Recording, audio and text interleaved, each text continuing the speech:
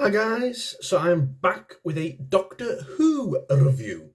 So any of you who've been following my channel for a while now will know I'm a huge Whovian, have been since the days of Christopher Eccleston in 2005, and I've been a mega fan these last, 20 years? Well, it's coming up to 20 years, isn't it, since the show came back in 2005, my goodness. So yes, with this video, I wanted to talk all about the new season of Doctor Who, which has just concluded last night. Yes, Ncuti Gatwa's first full season as the 15th Doctor. So there was a lot of hype going into this season, a lot of hype surrounding the season, of course, with Russell T Davies back as lead writer. You know, we had the three 60th anniversary specials last year with David Tennant, which I thought were very good for the most part. Then, of course, Ncuti Gatwa came in with the split by Regeneration and the Giggle, the finale. And then he went off in his own TARDIS and went off to have his own adventures while David Tennant's Doctor was still on Earth with Catherine Tate. So, yeah, we all knew what was coming. So, yes, with season, Season 14. But it's also being called Season 1. So, technically, it's like a soft reboot in a way, which I'm a bit on. Like, just call it Season 14. It's not Season 1. It's still a continuation, isn't it? But Christopher Eccleston and William Hartnell was Season 1. But anyway, so I'm just going to call it Season 14. So yes, with 8 episodes. Well, it's 9 if you count the Christmas special. So I'm just going to go over each episode briefly, give my thoughts, and give my thoughts on the season overall. What I thought, like the storytelling, the script, the characters, the drama, the monsters. Of course, Ncuti Gatwa as the Doctor, Millie Gibson as the companion, as with Ruby. So just get over my overall thoughts on this season. So to start off, then we had Church on Ruby Road, which the Christmas special last year, which was fine. As Christmas specials go, it definitely wasn't one of the best Doctor Who ones we've ever had. You know, and for Ncuti Gatwa's first full episode as the Doctor, I thought it was a bit lackluster personally. Like the singing, dancing goblins, and I was like, okay, and I thought it just was a bit as a Christmas special, to be honest. I thought as a first Doctor episode it was quite weak, to be honest. But it introduced Ncuti Gatwa as the Doctor fully in his first full episode, and it was fun. I did enjoy it, but as a first episode for a new Doctor, I thought it was a bit poor. So the first episode to kick off the new season was Space Babies. Yeah, I'm not gonna lie. Just like Church on Ruby Road, this was not a great opening episode for a new season. I thought it was quite a weak opener. I mean, the talking babies on the ship, the mouth movement just looked weird. It was daft. It was silly. The monster looked cool, but then when you found out it was made of bogies from the babies, and yeah, for opening first episode, I thought Space Babies was a bit lackluster, not great. But then I thought episode 2 with the Devil's Chord was a lot better. Yes, where we got the musical villain. Yes, the god of music, the child of the toy maker, Maestro. I thought he was very good as a villain. Big threat to the Doctor. Like the Doctor literally said, he couldn't beat this thing. And I like the plot, how she was like taking music all over the world, like creating an empire of nothing. Like she's taken all the inspiration out of everything. Like we see the Beatles in this episode, which was quite cool, and they're just playing crap music. Like they're like, that's not what's supposed to happen, but that's Maestro's influence, isn't it? It was really cool. I thought it was a cool episode and a very cool villain idea. I think it should have been a 2-parter personally, because you've got a very powerful villain in just one episode, but it was really cool. And I liked the musical battle at the end of the episode. That was really cool. Kind of reminded me of the musical battle in Doctor Strange 2.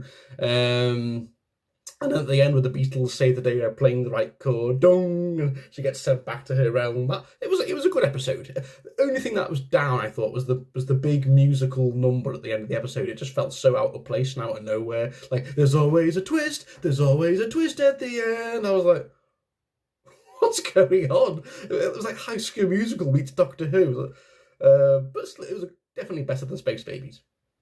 Then we got episode 3 with Boom, with Stephen Moffat returning as a writer. I think it's the first time Moffat's been back since Capaldi. Of course, he was the lead writer when Capaldi was the Doctor. So, but yeah, Moffat was back as a guest writer. Yeah, with Boom, one of the best episodes of the season. The Doctor is on like a war-torn planet, and he accidentally steps on a landmine, and he's just stuck on a landmine for the entire episode. And I think Ncuti Gatwa's acting in this episode is fantastic. You could see the tension, the nervousness, and I thought he was a bit daft in his first 2 episodes, like just a bit too silly and happy, slappy, laughy Doctor. But with Boom, I think we saw the much more serious side of Ncuti Gatwa's Doctor, and I think that's really where he began to shine.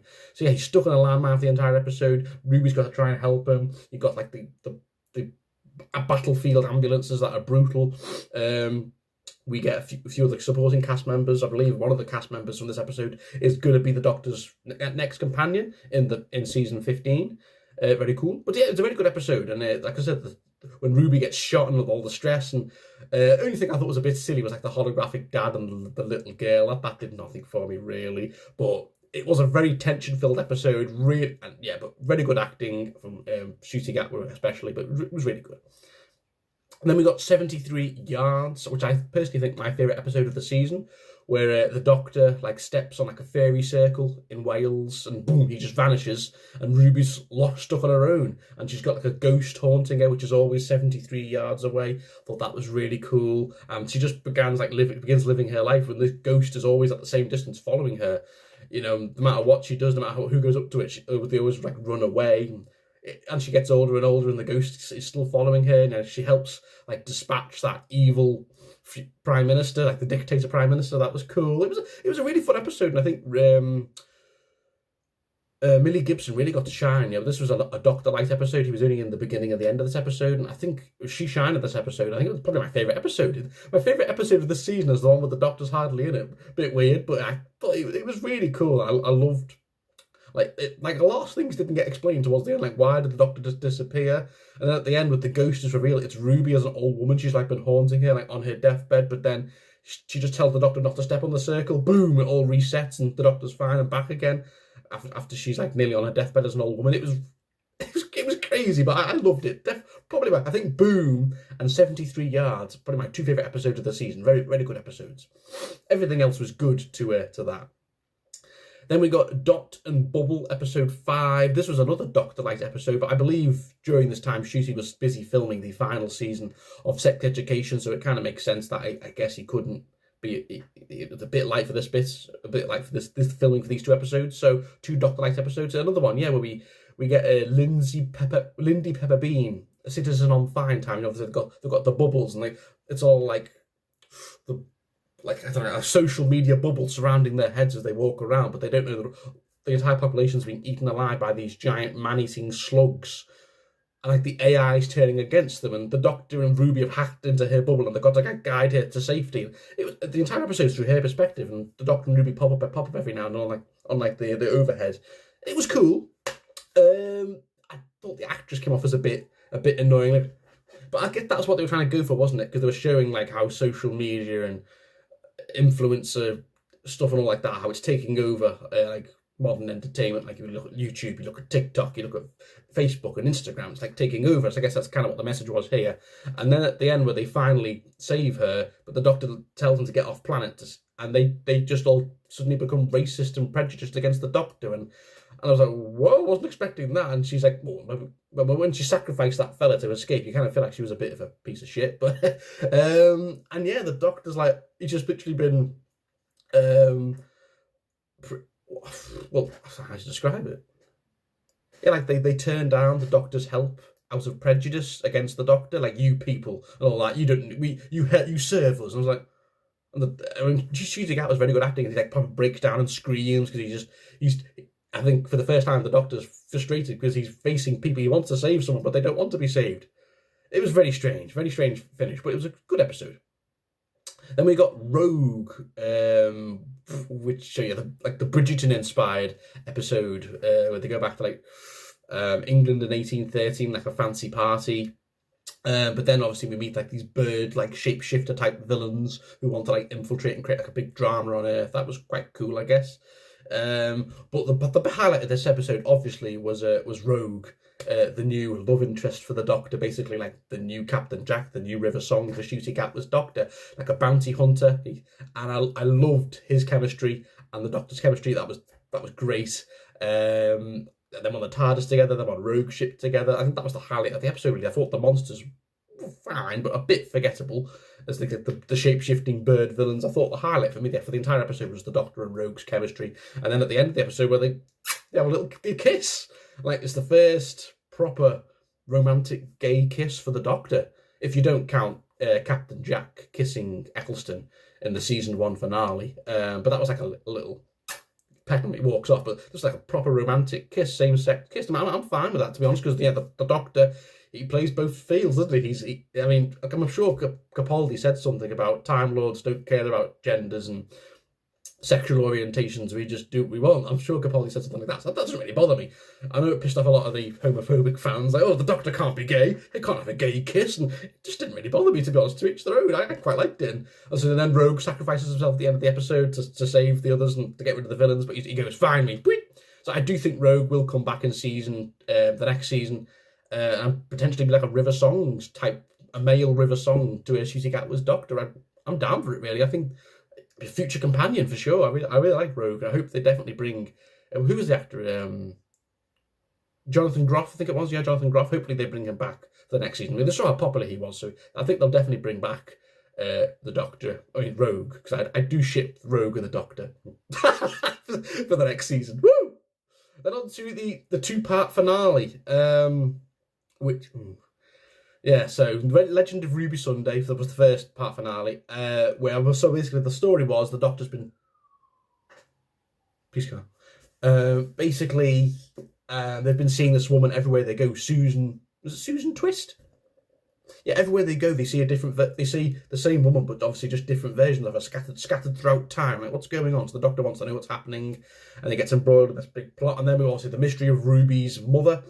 Who is she? Because throughout the entire season, we're being told that something's not quite right with Ruby. Like, the Doctor scans her, and it's like something's not right. Whenever they touch and think about her mother, it snows. It's throughout the season. I didn't even mention that. That was an overriding arc throughout the entire season. Who is Ruby's mother? Like, with a hooded figure pointing, and they use like the time tunnel. It doesn't, but they don't see Ruby's mum's face. And then they bring back the one who waits. So the villain who got teased in the finale of David Tennant's specials, the one who waits. Yes, and it was revealed it was Sutekh. Now, I didn't know who that was at the time, but then I looked it up. It's a very powerful, very popular classic Who villain from the Tom Baker days. The literal god of death. Sutekh is a very powerful villain, and he's like taken over the TARDIS and spreads his death all over the universe. I was like, oh my god! So that was how it ended episode 1. I mean, the part 1. Then we got the Empire of Death, which just finished yesterday, and I've got to say, for the season finale, I was very disappointed. I feel like it was very lackluster. I think for a season finale, they had to wrap up so much. Obviously, just Sutekh right there, of course. I mean, he does do a lot of crazy stuff, Sutekh. He literally spreads death and just death all over the entire galaxy, the universe. Because everywhere the Doctor's landed, Sutekh had revealed he latched onto the TARDIS after he got beaten by Tom Baker. So for that, ever since the 4th Doctor, all the way to Ncuti Gatwa's Doctor, Sutek's been establishing parts of himself everywhere. So he spreads his like sand, and it just kills everything in the universe. And it was like, oh my god, like, this is literally the end game of Doctor Who, and you see Ncuti Gatwa's Doctor like breaking down and screaming. However,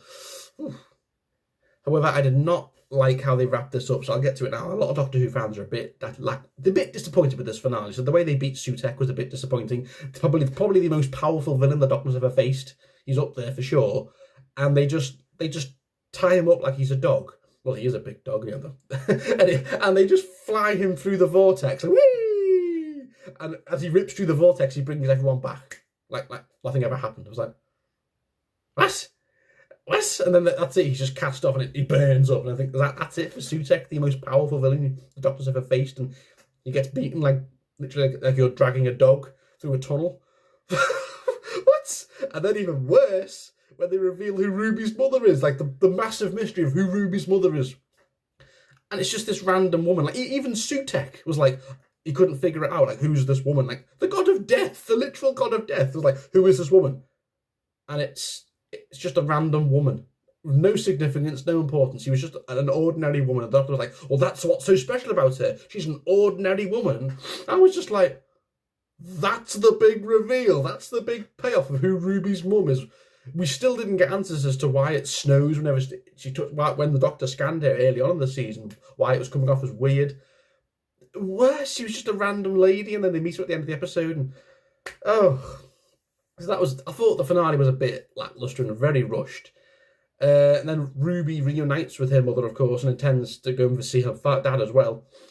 And Ruby basically leaves the TARDIS as a full-time companion after just 8 episodes. So, but I did like her chemistry with Ncuti Gatwa, but I believe she will be back as like a guest companion for the next season. So she's not fully gone. I think she'll be back for a few episodes for season 15.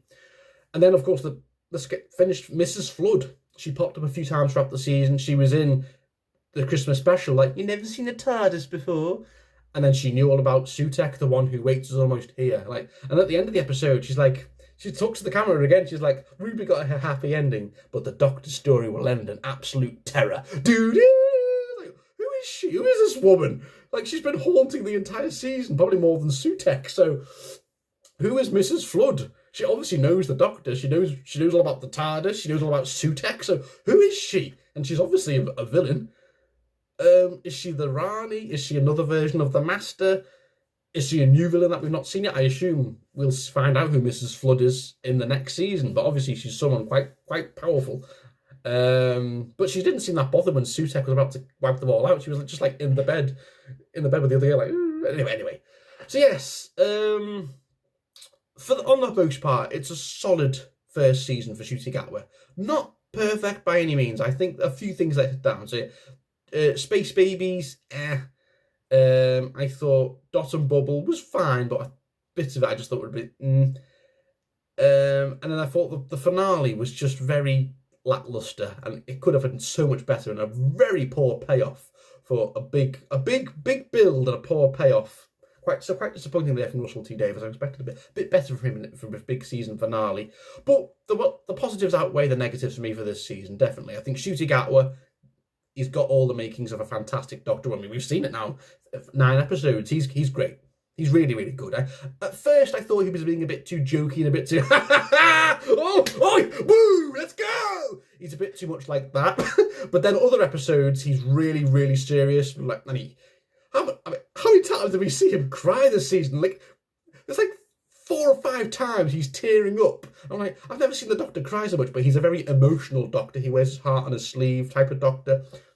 But the episodes where he gets a lot more serious, that was cool. Like, there's 2 scenes of the season where he just like screams in frustration and anger 2 different times at the end of Dot and Bubble, and in the beginning of Empire and Death when he realizes Sutek's just destroyed the entire universe. So there were some really cool bits, and I think he's definitely a really good Doctor. I think, you know, we've saw what a great actor Ncuti Gatwa is in Sex Education, how much energy he has, how much natural charisma he has, and he's a brilliant Doctor, and I think it's only going to get better in his next 2 seasons. I believe they're already filming his next season right now, and I think he's already signed on to do a 3rd season. So yeah, he will be at the very least a 3-season Doctor, just like, which is the norm, just like Whittaker, like Capaldi, Smith, and Tennant. They're all 3-season Doctors. Maybe Ncuti will do another season.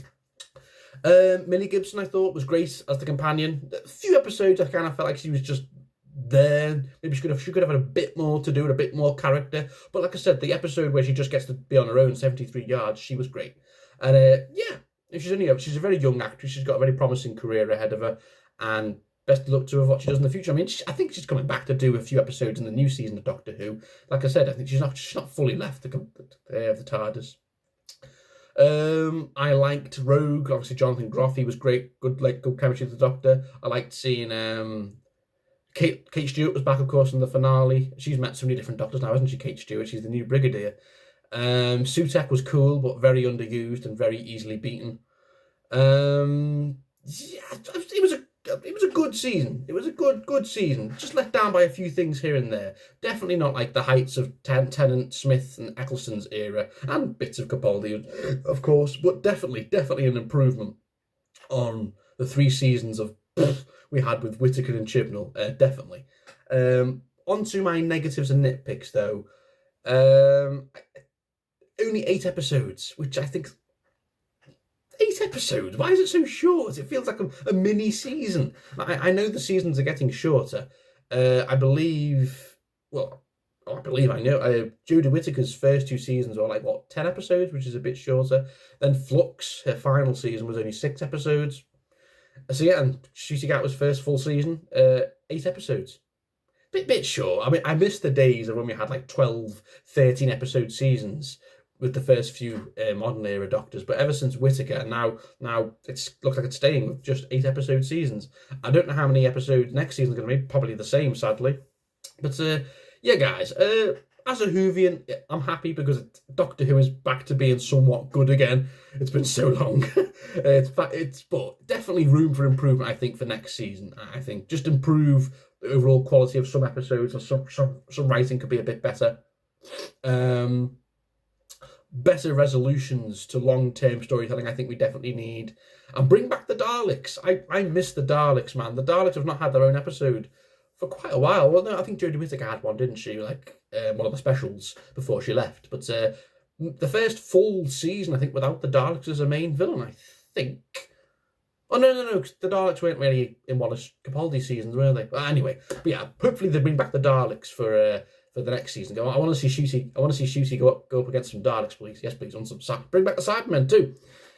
So yeah, guys, what are your thoughts on season 1 or season 14 of Doctor Who? Comment below, let me know. So that's it for Doctor Who now for like 6 months. But we are getting a Christmas special, I believe, which Stephen Moffat will be writing. Woohoo! And then, of course, next year we'll be getting season 15. So yeah, guys, comment below. What did you think? Let me know. What would I give this overall season? As out of 10. Yeah, before I go, I'm going to rank each Doctor Who season out of 10. Here we go. So before I finish, so Christopher Eccleston, season 1, 10 out of 10. Season 2 of Tennant, 8 out of 10. Season 3 of Tennant, 9 out of 10. Season 4 of Tennant, 10 out of 10.